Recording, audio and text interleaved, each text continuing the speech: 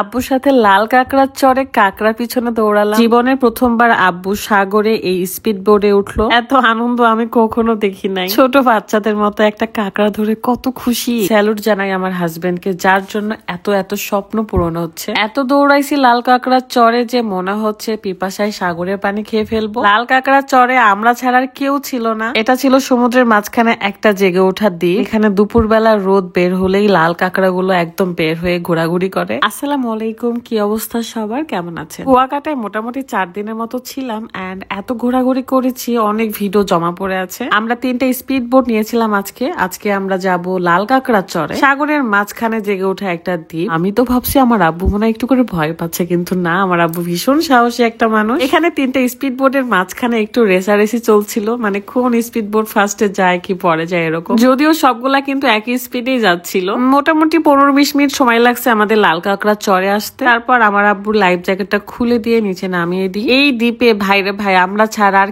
কেউ নাই। দেখা যাক লাল কাঁকড়া চরে আসছি, লাল কাঁকড়ার কোনো খোঁজ পাই কিনা। শুরু হয়ে গেছে আমার মেয়ের নামতে না নামতে কাদা মাটি নিয়ে ঘাটাঘাটি করা। মনে হচ্ছে যেন আমরা মরুভূমিতে চলে আসছি। বাই দা ওয়ে, এই সুন্দর ড্রেসটা কিন্তু পেয়ে যাচ্ছেন রোজা ফ্যাশন ফেসবুক পেজ থেকে। পেজটা ভিডিও ডেসক্রিপশনে দেওয়া থাকবে। হাজার হাজার কাঁকড়ার মাঝখানে কিভাবে আব্বুকে নিয়ে কাঁকড়া ধরলাম সেগুলো তো দেখাবোই। তার আগে একটু দেখাতে চাই, যারা শরীরের বিভিন্ন জায়গার কালো দাগ নিয়ে চিন্তিত তাদের জন্য বিউটি পার্লার হোয়াইটেনিং এই বডি লোশনটা নিয়ে এসেছি। অনেকেরই গলায়, ঘাড়ে, হাতের কোনোয় কিংবা পায়ের হাঁটুতে কালো দাগ থাকে। প্রতিদিন এই হোয়াইটেনিং বডি লোশনটা ব্যবহার করার ফলে আপনার দাগ তো দূর হবে, সাথে স্কিনটা অনেক বেশি ব্রাইট করে। মেক ফ্ললেস ফেসবুক পেজ থেকে আপনারা এই হোয়াইটেনিং বডি লোশনটা পেয়ে যাবেন। পেজটা ক্যাপশনে দেওয়া আছে, চেক করে নেবেন। আমরা আসছি কাঁকড়ার খোঁজে, কিন্তু কাঁকড়া আছে ওই দিকে আর আমাদের মানে গরু ছাগলের যে দল সেটা গেছে ওই দিকে। দেখি জুম করি তো এখন এই যে দেখা যাচ্ছে।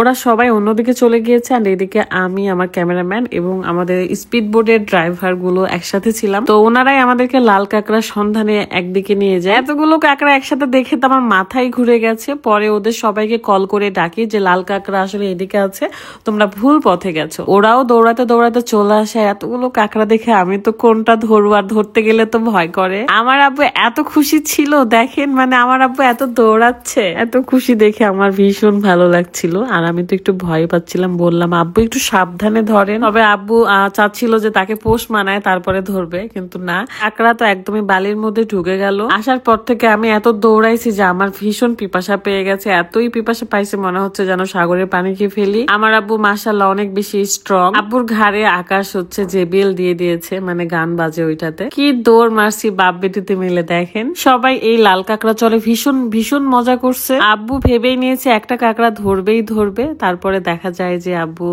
আবারও একটা কাঁকড়া পিছনে দৌড়াতে দৌড়াতে ধরে ফেলে। খুব বুদ্ধির সাথে যদি ধরতে পারেন তাহলে কিন্তু চিমটি বসাবে না। আর আমার তো খুবই ভয় করে ওদের দাঁত যদি না ভেঙে ধরি, তখন যদি চিমটি মারে তা একবারে এক খাবলা গোস্ত তুলে নিবে। যাই হোক না কেন, লাল কাঁকড়ার চরের এখানে এসে আমরা অনেক অনেক মজা করি, যে যার মতো দৌড়ে বেড়ায়, কাঁকড়া ধরি।